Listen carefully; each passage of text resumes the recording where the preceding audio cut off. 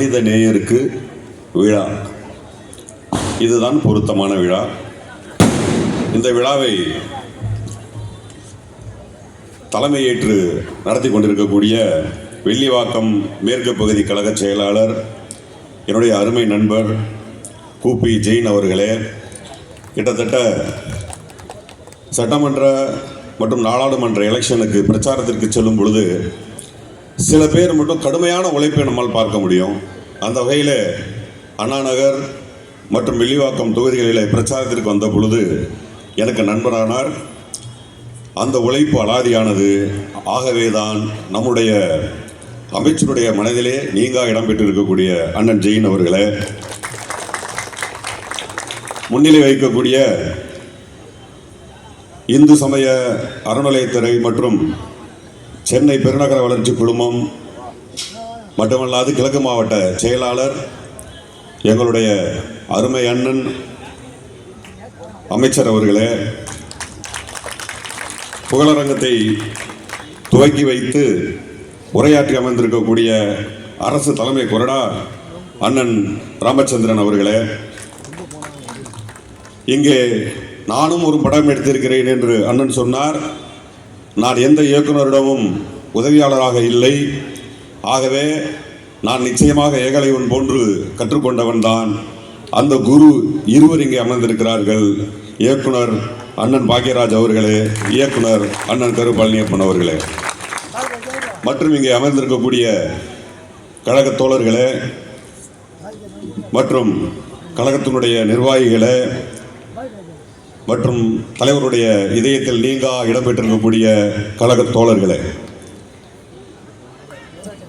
அண்ணன் வரும்போதே சொல்லிட்டாரு, 10 நிமிஷத்துக்கு மேலே பேசக்கூடாதுன்னு. நிறைய பேர் சொல்றதை நம்ம கேட்க மாட்டோம். ஏன்னா சொல்றதுல ஒரு அன்பு இருக்கும். ஆனால் செயற்பம்மனை மட்டும் அதட்டி தான் சொல்லுவார். அது அன்பா சொல்றாரா அதட்டி சொல்றாரான்னு நம்மளால புரிஞ்சுக்கவே முடியாது. இப்போதான் கருப்பள்ளியப்பன் சார்ட்ட சொல்லிட்டு இருந்தேன், ஒரு விழாவுக்கு அவரால் வர முடியல. அப்போ எனக்கு ஃபோன் பண்ணி சொன்னாங்க, கருப்பள்ளியப்பன் சார் வரல, நீ பேசக்கூடிய நேரத்தை அதிகப்படுத்து. இன்னைக்கு குறைக்க சொல்லியிருக்கிறார், அன்னைக்கு அதிகப்படுத்த சொன்னார். அதிகப்படுத்துறதுனா நம்ம ஏற்கனவே ஒரு 3 பேப்பர்ல எழுதி எடுத்துட்டு வருவோம். 3 பேப்பர் முடிஞ்சு போச்சு. அப்போ ஒருத்தர் சொன்னார், அண்ணே வந்துட்டு இருக்காரு, ஐயா பேப்பர் முடிஞ்சு போச்சு, அண்ணன் இப்போ வருவார். அன்னைக்கு ஒரு 3 பேப்பர் எழுதாமலே பேச வேண்டிய ஒரு சூழ்நிலை ஏற்படுத்தியவர் தான் நம்மளுடைய அமைச்சர் அவர்கள். 62 வயது இளைஞர், வயசை சொல்லிட்டு திட்டுவாரு. 62 வயது இளைஞர் இப்படி ஒரு ஓட முடியுமான்னு எல்லாம் கேட்டால் நான் தயவு செஞ்சு நான் ஓட மாட்டேன், வீட்டில் உட்காந்துக்கிறேன், எனக்கு அந்த அரசியலே வேண்டாம் என்று சொல்லிவிட்டு வீட்டுக்கு சென்று விடுவேன். நான் எப்போ வீட்டுக்கு போனாலும் வீட்டில் இருக்க மாட்டேங்கிறாரு. எப்படி வீட்டில் சேர்த்துக்கிறாங்கன்னு எனக்கு தெரியல. மக்களுக்காக உழைப்பதை தவிர வேறு எந்த எண்ணமும் இல்லாமல் இருக்கக்கூடிய ஒரு அமைச்சராக இருக்கிறார். உங்களுக்கெல்லாம் தெரியாது, நீங்கள் ஒரு விழாவிற்கு செல்கிறீர்கள் என்று வெள்ளிவாக்கத்துக்கு வந்திருக்கிறீங்க, நான் அம்பத்தூரில் ஒருத்தரை சந்திக்கிறேன், அண்ணாநகரில் ஒருவர் சந்திக்கிறேன்னு வச்சுக்கோங்களேன். உங்களுக்கு தெரியாது என்னுடைய தேதி வாங்கப்பட்டு எத்தனை மாதங்கள் இருக்கும் என்று நினைக்கிறீர்கள். குறைந்தது 3 மாதங்களுக்கு முன்பாக வாங்கப்பட்ட தேதி இது. அப்போ எவ்வளோ அட்வான்ஸான உழைப்பு என்பதை நீங்கள் தெரிந்து கொள்ள வேண்டும். எவ்வளவு தூரம் அவர்கள் கீழ் வேலை செய்பவர்கள் இதை எவ்வளவு நுணுக்கமாக அர்த்தமாக தேதிகளை எல்லாம் முன்கூட்டியே அறிவித்து இதை நம்மளால செய்ய முடியுமான்னு கேட்டால் நினைச்சு கூட பார்க்க முடியாது. இதை இப்படி துல்லியமாக செய்பவர் மக்களுக்கு எவ்வளவு யோசித்து துல்லியமாக செய்வார் என்பதை நீங்கள் புரிந்து கொள்ள வேண்டும். சில நேரங்களில் கொஞ்சம் பொறாமையா இருக்கும், பேசாம இந்த தொகுதியில் பிறந்திருக்கலாமோ, கொஞ்சம் தள்ளி போயிட்டோமோ, நம்மளுடைய தேவைகளை பூர்த்தி செய்ய முடியலையே. நான் கிட்டத்தட்ட 10 அப்பாயின்மெண்ட் கேட்டு இது வரைக்கும் ஒரு அப்பாயின்மெண்ட் கூட கிடைக்கலையே. வீட்டுக்கு பக்கத்தில் இருந்துன்னா டப்புன்னு போய் டோரை தட்டி போய் எல்லாத்தையும் கேட்டுருப்பேன் என்று எனக்கு தோன்றுகிறது. அந்த வகையில் தினமும் போய் டோர் தட்டி கேட்கக்கூடிய வசதியை பெற்றிருக்கிறீர்களே என்று சொல்லும் பொழுது எனக்கு மிகவும் சந்தோஷமாக இருக்கிறது. இந்த நேரத்தில் இங்கே வருகை தந்திருக்கக்கூடிய என்னுடைய அருமை சகோதரர் கழக பொறியாளர் அணி இணை செயலாளர், என்னுடைய அருமை நண்பர், இந்த தொகுதியினுடைய எம்எல்ஏ சகோதரர் வெற்றியாளர்களை விட்டு சென்று விட்டேன். நல்லதுதான், கொஞ்சம் லேட்டாக பேசும்போது நான் அர்த்தமாக பேசலாம். அவரோட பயங்கர ரசிகன் நான். எதுக்குன்னு சொன்னால் நீங்கள் சிரிக்கக்கூடாது, சிந்திக்கணும். இன்னைக்கு இருக்கக்கூடிய ஒரு பிராண்டட் ஒரு ஷார்ட்ஸு, ஒரு டிஷர்ட்டு, ஒரு கண்ணாடி தொகுதிகளில் சுற்றிட்டு இருக்கிற ஒரு எம்எல்ஏ. எனக்கு அவ்வளோ சந்தோஷமாக இருந்தது அந்த வீடியோஸ்லாம் பார்க்கும்போது. ஒரு அப்டேட்டடான ஒரு எம்எல்ஏ உங்களுக்காக வேலை செய்வதற்காக கிடைத்திருக்கிறார். அவருக்காக நான் பிரச்சாரத்திற்கு வந்திருந்தேன். வந்தப்போ நான் சொன்னேன், படித்த ஒரு இளைஞர், ஒரு மிகப்பெரிய குடும்பத்திலிருந்து வந்தவர், அவருடைய உழைப்பு நிச்சயமாக உங்களுக்கு அர்த்தமுள்ளதாக இருக்கும் என்று நான் சொன்னேன். கிட்டத்தட்ட 4 வருடங்கள் ஒரு அர்த்தமுள்ள உழைப்பை உழைத்துக் கொண்டிருக்கக்கூடிய என்னுடைய அருமை சகோதரரை இந்த நேரத்திலே வாழ்த்துகிறேன். இது நம்முடைய முதல்வருக்கான பிறந்தநாள் வாழ்த்து சொல்ல வேண்டிய ஒரு இடம். எவ்வளவுதான் சொல்றது, வர்றவங்க எல்லாம் திரும்ப திரும்ப சொன்னாலும் அதே தான் சொல்லிக் கொண்டிருப்பாங்க. முன்னாடியெல்லாம் சொன்னோம்னா புரிய வைக்கணும். முன்னாடி நம்ம கிட்ட மீடியா கிடையாது, நம்ம கையில செல்போன் கிடையாது. அப்ப கட்டாயமாக நாம் இதை போன்று ஒரு மேடை அமைத்து சொல்லியே ஆக வேண்டிய ஒரு சூழல். இப்பொழுதெல்லாம் அப்படி அல்ல. முதல்வர் அங்கு ஒரு அறிவிப்பு விட்டார்னா 5வது செகண்ட் உங்க கையில் அது வந்துடுது. ஆதலால் இங்கே தமிழக முதல்வர் என்ன செய்து கொண்டிருக்கிறார் என்பது நம்ம கவனிச்சுக்கிட்டு இருக்கிறது இல்லை, இந்தியா கவனித்துக் கொண்டிருக்கிறது. ஒவ்வொரு மாநிலத்தில் இருக்கக்கூடிய முதல்வர்கள் கவனித்துக் கொண்டிருக்கிறார்கள். ஏன்னா அவர்கள் சிந்திக்காத அனைத்தையும் தமிழகத்தை சேர்ந்த முதல்வர் சிந்தித்துக் கொண்டிருக்கிறார். இங்கே ஒரு காலை சிற்றுண்டி என்ற ஒன்றை அறிவித்த பிறகுதான் மற்ற மாநிலங்களிலே அந்த அறிவிப்பு வருகிறது. நம்ம மகளிருக்கு 1000 ரூபாய் என்று அறிவிக்கிறோம் தேர்தல் அறிக்கையில். உடனே பாஜக காரன் பூரா கிளம்பிட்டான், 1000 எப்படி கொடுக்க முடியும்? அதிமுக காரன் கிளம்பிட்டான், 1000 எப்படி கொடுக்க முடியும்? 1000 கொடுத்தோம். கர்நாடகா தேர்தலில் அவன் அறிவிக்கிறான், பாரதிய ஜனதா, நாங்கள் மகளிருக்கு 2000 கொடுப்போம் என்று அறிவிக்கிறான். நீ தானடா முடியாதுன்னு சொன்ன. ஆம், எப்பொழுதுமே அவர் முடியாது என்று சொல்வார்கள். தமிழகத்திலே அதை நாம் செய்து காட்டுவோம், அதற்கு பிறகு அதை அவர்கள் ஃபாலோ பண்ணுவான். இதுதான் அவனுடைய வேலை. அதை பார்த்ததுக்கு அப்புறம் இந்தியாவில் இருக்கக்கூடிய மற்ற முதல்வர்கள் எல்லாம் பார்த்தாங்க, இனி எவன் சொல்லதை நம்ப கூடாது, இனி ஒருத்தர் சொல்வதை மட்டும்தான் நம்பணும், ஒருத்தரை ஃபாலோ பண்ணா போதும், தமிழக முதல்வர் அவரை நம்ம ஃபாலோ பண்ணா போதும் என்கின்ற ஒரு நிலையை கொண்டு வந்து நிப்பாட்டி விட்டார். எனக்கு என்ன பெரிய வருத்தம்னா, கிட்டத்தட்ட அந்த கண்ணம்மான்னு ஒரு திரைப்படம் கதாநாயகன் நான் நடித்த பொழுது அங்கே ஷூட்டிங்க்கு வருவார் என்னுடைய தலைவர் அவர்கள், தளபதி அவர்கள். அப்போல்லாம் கடினமான உழைப்பாளி. அங்கே ஷூட்டிங்க்கு வருவார்னு பேர் அங்கே ஒரு 4 மீட்டிங்கை முடிச்சுட்டு தான் ஷூட்டிங்கே வருவார். அவ்வளோ பெரிய உழைப்பு. அப்படியெல்லாம் உழைத்த ஒரு கிட்டத்தட்ட தன்னுடைய 14 வயதிலிருந்து உழைக்கிறார். கோபாலபுரத்திலே அவர் ஒரு இயக்கத்தை ஆரம்பிக்கிறார். அன்று எம்ஜிஆர் அவர்களை வைத்து ஒரு நாடகம் போடுகிறார். தந்தை பெரியார் அவரோடு இணக்கமாக இருக்கிறார், எம்ஜிஆரோடு இணக்கமாக இருக்கிறார். அண்ணாவை தெரிந்திருக்கிறது, அண்ணாவை அழைக்கிறார். உடல்நிலை சரியில்லை என்றால் வர முடியாத சூழல் ஏற்படுகிறது. இருந்தும் அந்த விழா நடக்கிறது என்று எல்லாம் 14, 16, 18 வயதுகளை உழைத்தவரை தற்பொழுது நான் உனக்கு போட்டி என்று சொல்பவர் யார்? 14 வயதிலே நீ என்ன செய்து கொண்டிருந்தாய்? உன் தந்தையினுடைய திரைப்படத்தை பார்த்துக் கொண்டிருந்திருப்பாய். 16 வயதிலே நீ என்ன செய்து கொண்டிருப்பாய்? நான் கதாநாயகனானால் என்ன செய்வேன் என்று நினைத்துக் கொண்டிருந்திருப்பாய். 20 வயதிலே நீ என்ன செய்து, எல்லாம் எனக்கு தெரியும். நானும் அங்கிருந்து வந்தவனா, நானும் அதே துறையில் தான் இருக்கிறேன். ஒரு 50 வயதில் வந்து எனக்கு போட்டி திமுக என்கிறாயே, அது எந்த வகையில் அர்த்தமுள்ள வார்த்தை? நான் மீண்டும் சொல்கிறேன், இந்த வார்த்தையை சொல்கிறேன், எல்லோரும் எழுந்து கைதட்டுவார்கள் பாருங்கள். முத்துவேல், கருணாநிதி, ஸ்டாலின் எனும் நான் என்று சொல்ற பொழுது ஒட்டுமொத்த தமிழகமும் கண்ணீர் நல்கி பார்த்துக் கொண்டிருந்தது. காரணம், அனைவரும் விரும்பினர், இவர் வர வேண்டும் என்று விரும்பினர். நீங்கள் என்ன சொல்கிறீர்கள்? முத்துவேல், கருணாநிதி, ஸ்டாலின் அவர்களே, திரு ஜோசப் விஜய் அவர்களே, இது தவறு. ஜோசப் விஜய் அவர்களே, நீங்கள் என்ன செய்து கொண்டிருந்தீர்கள் 25 வயதில்? உங்களுக்கு தெரியும். நான் நிச்சயமாக அநாகரிகமாக பேச மாட்டேன், யாரையும் அநாகரிகமாக பேச விரும்பவும் மாட்டேன். திராவிட முன்னேற்ற கழகத்தை தெரிந்த பேச்சாளர்கள் யாரும் பேசுவதையும் நான் அனுமதிக்கவும் மாட்டேன், அதை நான் விரும்பவும் மாட்டேன். இருந்தாலும் சொல்கிறேன், நிச்சயமாக உங்களுடைய 20 வயதில் இருந்து 50 வயது வரையில் நீங்கள் செய்த வேலை என்ன? நடித்துக் கொண்டிருந்தீர்கள், கோடிக்கணக்கில் பணம் சம்பாதித்தீர்கள், வாரிசு அரசியல் அரசியல் என்று சொல்கிறீர்களே, நீங்கள் யாரோட வாரிசு? உங்களுடைய தாத்தா சினிமாக்காரர், மாமா சினிமாக்காரர், அம்மா சினிமாக்காரர், சின்னம்மா சினிமாக்காரர், அப்பா சினிமாக்காரர். நீங்கள் வாரிசு இல்லையா? உங்களுக்கு எதுவும் சந்தேகம் இருக்கிறதா? அதில் நீங்கள் வாரிசு தானே, நீங்கள் சினிமா வாரிசு. அரசியல் வாரிசு என்பது என்ன? அதை உங்களுக்கு புரிய வைத்து விடவா? தற்பொழுது ஈஸியாக உங்களுக்கு புரிந்துவிடும் என்று நினைக்கிறேன். ஆம், நான் அப்படித்தான் வந்தேன் என்று சொன்னீர்கள் என்றால், உங்களுடைய 14 வயதிலோ 15 வயதிலோ 16 வயதிலோ உங்களுடைய தந்தையார் திரைக்கதை வசனம் எழுதி கொண்டிருப்பதை நீங்கள் பார்த்திருப்பீர்கள். உங்கள் வீட்டிற்கு புரட்சி கலைஞர் விஜயகாந்த் அவர்கள் வந்திருப்பார், அவரோடு சினிமா பேசியிருப்பதை நீங்கள் பார்த்திருப்பீர்கள். ஆம், நீங்கள் குறை சொல்கிறீர்களே எங்களுடைய சின்னவர், அவர் 14 வயதிலே இந்திரா காந்தியோட ஒரு தாத்தா பேசிக் கொண்டதை பார்த்துக் கொண்டிருந்தார். உலக அறிவியலாளர் ஆரம்பித்து உலக அரசியல் உள்ள அத்தனை பேரும் தன்னுடைய தாத்தாவோடு பேசிக் கொண்டு பக்கத்திலே அமர்ந்து பார்த்துக் கொண்டிருந்தார். அவரை பார்த்து வாரிசு அரசியல் என்று நீங்கள் சொல்கிறீர்கள். மன்னராட்சி என்று சொல்கிறீர்களே, உங்களுக்கு நான் ஒரு விளக்கம் சொல்லட்டுமா? தமிழ்நாட்டின் முடிசூடா மன்னன் எங்களுடைய தளபதி அவர்கள். அவர் ஆட்சி செய்தால் மன்னர் ஆட்சியா? தமிழை அழிக்க நினைப்பவர்கள், தமிழனை அழிக்க நினைப்பவர்கள், கல்வியை தடுக்க நினைப்பவர்கள், அவர்களெல்லாம் எதிர்த்து போரிடக்கூடிய மன்னன் தான் எங்களுடைய மன்னன் என்று சொன்னால் இது மன்னர் ஆட்சி தான்.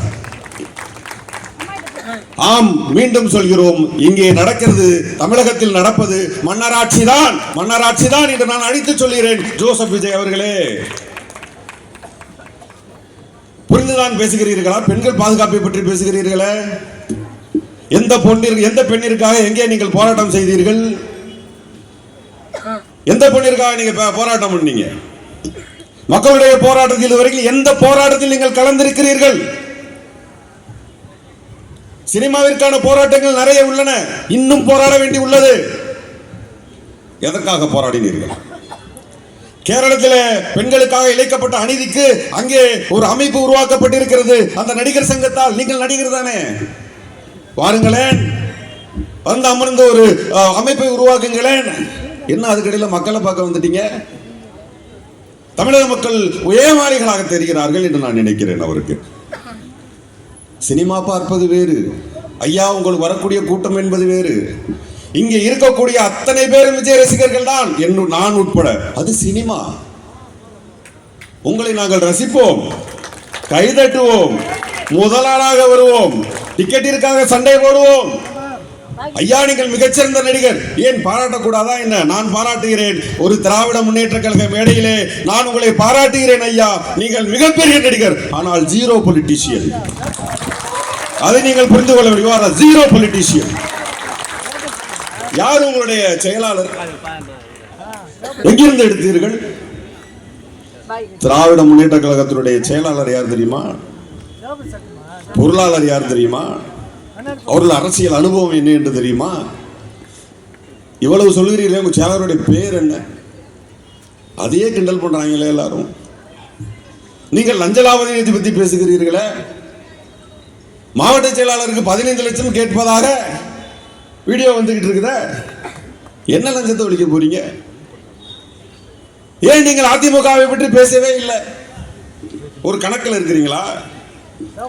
ஐயா அரசியல் என்பது திராவிட முன்னேற்ற கழகத்தை சேர்ந்த 12 வயது ஒரு சிறுவனுக்கு தெரியும் ஐயா. அவனையெல்லாம் உங்களால் ஏமாற்ற முடியாது ஐயா. ஒரு கணக்கு சொல்லுகிறேன் ஐயா. ஒட்டியானம் 1.5 கிலோ, கிரீடம் 1 கிலோ, பேனா தங்கத்திலான பேனா 60 கிராம், தலைவருடைய முகம் பறித்த தட்டு 1, தங்க வாள் 1, தங்க வாட்சி 1, இதெல்லாம் இருக்கட்டும். அது 27 கிலோ.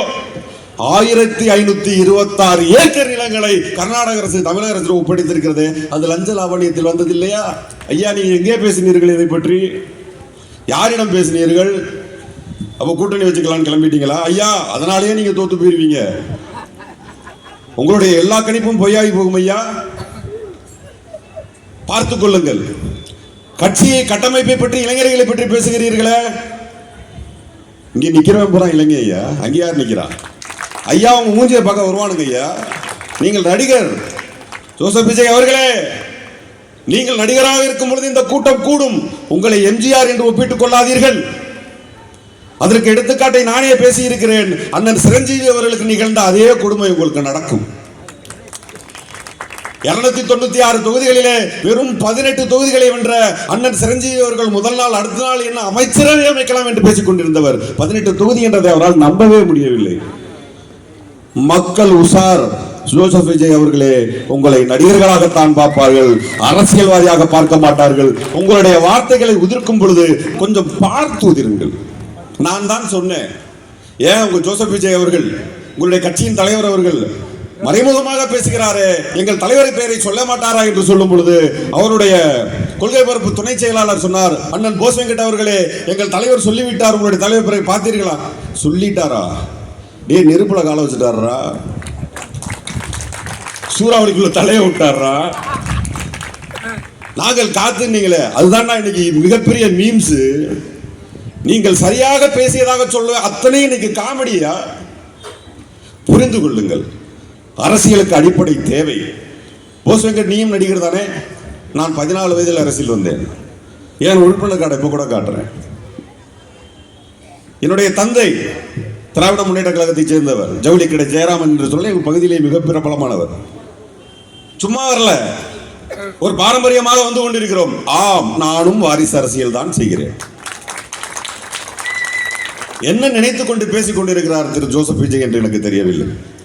இதற்கு முதல் மேடையில் அண்ணன் சீமான் என்று பேசினோம். பேசுவதற்கு ஒன்றுமே இல்லை. ஏனென்றால் சீமான் காணாமல் போய்விட்டார். திராவிட முன்னேற்ற கழகத்தை புகைத்துக் கொள்ளாதீர்கள். ஒருவர் சொன்னார், ஒரு பொது மேடையில லட்சக்கணக்கான தொண்டர்களுக்கு முன்பாக சொல்கிறார், என் கண்ணு கேட்டிய எதிரிகளே இல்லை என்று சொன்னார். என் கண்ணு கேட்டியவரை எதிரிகளே இல்லை என்று சொன்னார். அது வந்து பெரிய இருமாப்பு, அது பெரிய இருமாப்பு. நான் மேடை மேலே நிற்கிறேன், ஆனால் என்னை தீர்மானிக்கக்கூடியவன் கீழே தானே அமர்ந்திருக்கிறான். அவனை ஏமாத்திட்டா. என் கண்ணு கட்டியவரை எதிரிகளே இல்லை. இப்போ உன் கட்சியே இல்லை. உன்னுடைய மரணத்திற்கு பிறகு உன் கீழே இருந்த அத்தனை தலைவர்களும் உன்னை மதிக்கவே இல்லை. எந்த போஸ்டர்லையும் புரட்சி தலைவர் பேரை படத்தையும் போடுறதில்லை, எம்ஜிஆருடைய படத்தையும் போடுறதில்லை. தூக்கி போட்டான். ஏனென்றால் அவன் உன் கூட இருந்தது சந்தர்ப்பவாதம்.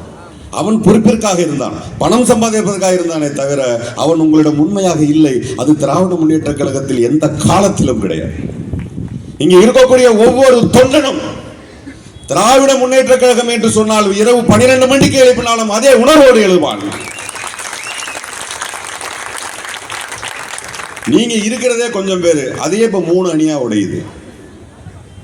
அடுத்து என்னுடைய அருமை சகோதரர் அண்ணாமலை அவர்கள், அவர் பேசாத பேச்சா? திடீரென்று ஒரு விதமான மக்களை திசை திருப்பக்கூடிய பேச்சு ஒன்று, அசிங்கமான வார்த்தைகளில் பேசியிருக்கிறார். கிழக்கு வடக்கு தெற்கு என்று ஒரு இடையில ஒரு கெட்ட வார்த்தையை போட்டு மக்களை ஏமாற்றுகிறது திராவிட முன்னேற்ற கழக அரசு என்று சொல்கிறார். ஐயா அண்ணாமலை அவர்களே, உங்களுடைய பதவி பொறுப்பு மட்டுமல்ல ஐயா, உங்களுடைய படிப்பும் சேர்ந்து இந்த திராவிட இயக்கங்கள் தராவிட்டால் ஐயா நீங்க நேரம் உண்மையிலே ஆடுதாயா மேய்ச்சிட்டு இருந்திருப்பீங்க. ஐயா உங்க அப்பா கேளுங்க ஐயா, உங்க தாத்தாவை கேளுங்க ஐயா, ஒரு காலில் செருப்பு போட்டிருக்க மாட்டாரு, தோல்ல துண்டை போட்டிருக்க முடியாதுங்க ஐயா. அது தெரிந்தும் நீங்கள் ஒரு கட்சியில் இருக்கிறீர்கள் என்று சொன்னால் மனசாட்சி பிரகாரமா, கொள்கை ரீதியாகவா, இல்லை பணம் சம்பாதிக்கவா? என்னை கேட்டால் நான் கொள்கை ரீதியாக திராவிட முன்னேற்ற கழகத்தில் இருக்கிறேன். நான் மனசாட்சியோடு திராவிட முன்னேற்ற கழகத்தில் இருக்கிறேன். அதற்கு உதாரணம் கூட சொல்லலாம். இங்க இருக்க தொண்டர்களே சில பேர் என் மேல கோவப்பட்டிருக்கலாம். நான் பொதுவாக சினிமா தயாரிப்பை பற்றி ஒன்று பேசினேன். அதில் ரெட் ஜெயண்ட் பேசவே இல்லை. ஆனால் ஒரு நடிகனாக, ஒரு இயக்குனராக, ஒரு ப்ரொடியூசராக, ஒரு எழுத்தாளராக என்னுடைய வேதனையை சொன்ன பொழுது அது ரெட் ஜெயண்ட் என்று புரிந்து கொண்டார்கள். அதை நான் சொல்லவில்லை. அதற்கு பிறகு நான் விளக்கமும் கொடுத்தேன். அப்போது மனசாட்சி பிரகாரம் தானே பேசுகிறோம். அந்த தைரியம் எங்கள்கிட்ட இருக்குல்ல திரு அண்ணாமலை அவர்களே, உங்களிடம் அந்த தைரியம் இருக்கிறதா?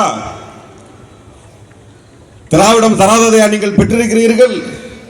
உங்களுடைய அரசு அதிகாரம், உங்களுடைய வேலை, உங்களுடைய பேச்சு, படிப்பு எல்லாம் யார் கொடுத்தது? நீங்கள் சொல்கிறீர்கள் நாங்கள் ஆட்சிக்கு வந்ததற்கு பிறகு தனியார் பள்ளிகளுக்கு அனுமதி இல்லை என்று சொல்கிறீர்களே, அது தனியார் பள்ளி அல்ல அண்ணாமலை அவர்களே. பள்ளிகளுக்கே அனுமதி இல்லாமல் செய்து தமிழகத்தே படிக்க விடாமல் செய்து விடுவீர்கள் நீங்கள். அதுதானே உங்களுடைய கொள்கை. அங்கிருந்து தானே நீங்கள் வந்திருக்கிறீர்கள். அதைத்தானே நீங்கள் செய்ய போகிறீர்கள். அதையும் சொல்கிறேன் அண்ணாமலை அவர்களே, நீங்கள் எங்கள் அண்ணனால் முருகன் கோயிலில் நடத்தப்பட்ட அந்த முருகன் கோயிலுக்கு கூட காவடி எடுத்து போனாலும் உங்களால் இயலாத அண்ணாமலை அவர்களே. எந்த காலத்திலும் பாரதிய ஜனதா தமிழகத்திலே கால் ஊன்றவே ஊன்றாது தலைவர் அவர்களே. அதுல ஒரு தற்கொலை ஒன்று சொல்லுது, இந்தி திணிப்பை பற்றி சொல்லுது. நீங்க இங்க இருந்து போறீள், ஒரு பானிபூரி வாங்க போறீள். அவன் அண்ணன் என்ன கேட்பேள்? பானிபூரி தேதோன்னு தானே கேட்கணும். கேட்கலைன்னா இப்படி பானிபூரி கிடைக்கும். எனக்கு எதுக்கு பானிபூரி? நான் ஊறுகாய் நக்கி திட்டு சாப்பிட்றவன். கஞ்சி எனக்கு போதும். எனக்கும் பானிபூரிக்கு என்ன சம்பந்தம்? எனக்கு எதுக்கியா பானிபூரி? எனக்கு பானிபூரியும் பிஜேபியும் ஒண்ணுதாயா? எனக்கு ரெண்டுமே தேவையில்லை. நான் அமைச்சர் அதுக்கு தான் திரும்பி பார்த்தேன். ஆர்டர் வந்துருச்சு. ஆக 2026 தேர்தலை பொறுத்தவரையில் அது தேர்தல் அல்ல, போர் என்று தான் சொல்ல வேண்டும். இந்தியா முழுவதும் ஆக்கிரமித்திருக்கக்கூடிய இந்த பிஜேபியினுடைய அக்கிரமங்களில் இருந்து தனித்து ஒரு மாநிலம் ஆகிறது என்று சொன்னார் அது தமிழ்நாடு. அதற்கு காரணம் நம்முடைய தமிழக முதல்வர் அவர்கள். எனவே இந்த முறை அவர்கள் பணம், பலம், கட்சி பிரிப்பு, கட்சி சேர்ப்பு, கட்சி துவக்கம் என்று பல விஷயங்களை கொண்டு வருவார்கள். என்ன வேணா செய்யட்டும், எந்த கூட்டணி வேண்டும் வேணாலும் செய்யட்டும். ஆனால் தமிழகத்திலே திராவிட முன்னேற்ற கழகத்தை தவிர வேறு யாரும் வெல்ல மாட்டார்கள் என்பது ஊர்ஜிதமாக தெரிகிறது. வெல்வோம் 200, படைப்போம் வரலாறு என்று கூறி விடைபெறுகிறேன். நன்றி, வணக்கம்.